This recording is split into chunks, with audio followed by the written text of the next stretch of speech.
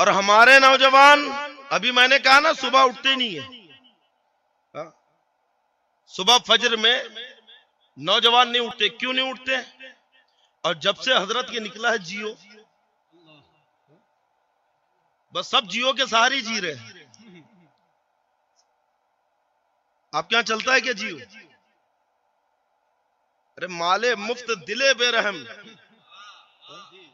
ऐसा यूज कर रहे हैं, ऐसा यूज कर रहे हैं। मैंने एक नौजवान से पूछा, भाई तेरे हाथ में तो फ्री का नेट है, कितना यूज कर लेता है? कहा मौलाना साहब 10 GB। पता ही नहीं चलता। 10 GB। हमने कहा जरा खरीद के तो करके बता।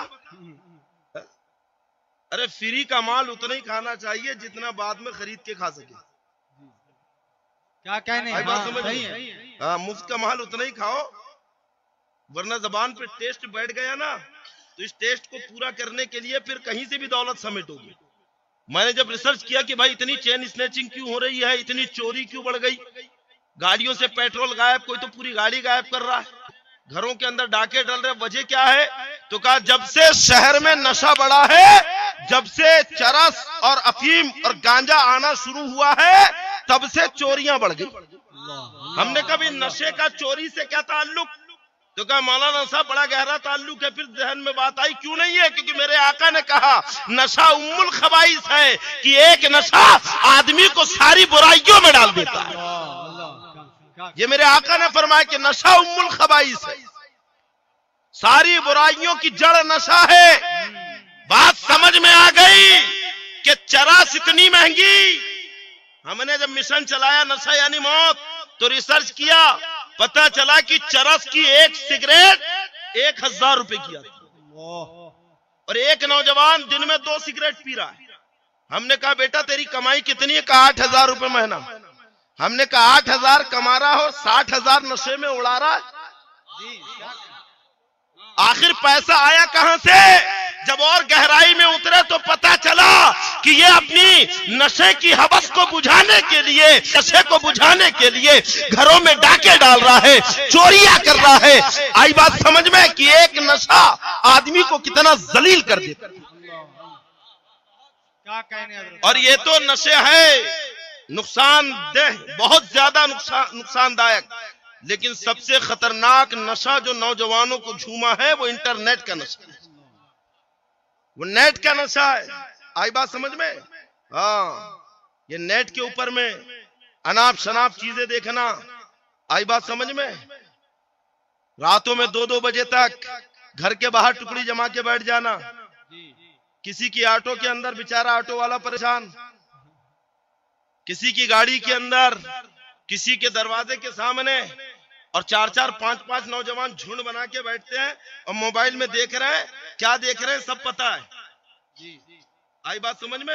ये तुम्हारी पेशानी की सिलवटें बताती कि तुम क्या देख रहे हो, तुम्हारी पेशानी का पसीना बताता है कि क्या देख रहे हो, तुम्हारी फैली हुई आंख और बढ़ती हुई सांसें बताती कि तुम क्या देख रहे हो। आई बात समझ में? अल्हम्दुलिल्लाह हमारे साथ डॉक्टरों की पूरी जमात है, पूरी जमात। हमारे डॉक्टर से जब हमारी इस पे डिस्कस हुई कि आखिर डॉक्टर साहब ये नौजवानों को इंटरनेट के जरिए बेहूदगी का, गंदी फिल्मों का, बेहया तस्वीरों का शौक कैसे लग गया और छूटेगा कैसे? तो डॉक्टर कहता है मौलाना साहब कुछ मत कहिए, कौम के हालात देखकर खून के आंसू टपकते हैं कि आज हमारे पास 15 साल, 18 साल और 20 साल के लड़के जो बीमारियां लेकर आ रखे हैं, वो बीमारियां 50 साल के बाद लगती है। समझे? 50 साल के बाद आदमी को जो बीमारी लगती है, वो बीमारी आज 20 साल के लड़के को लग गई, 22 साल के लड़के को लग गई।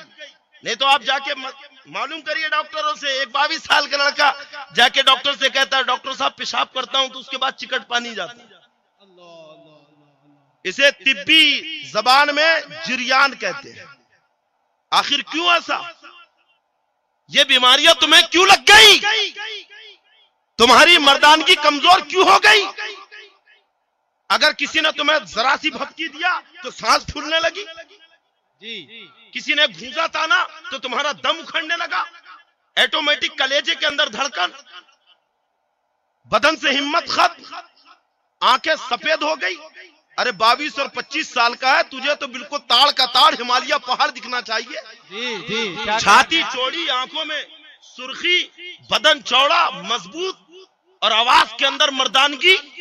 लेकिन क्या बात है, इसलिए क्योंकि नौजवान आज खुद अपनी जवानी को अपने हाथों से बर्बाद कर रहे हैं, अल्लाह अल्लाह अल्लाह, सही है। अपने हाथों से तबाह कर रहे हैं।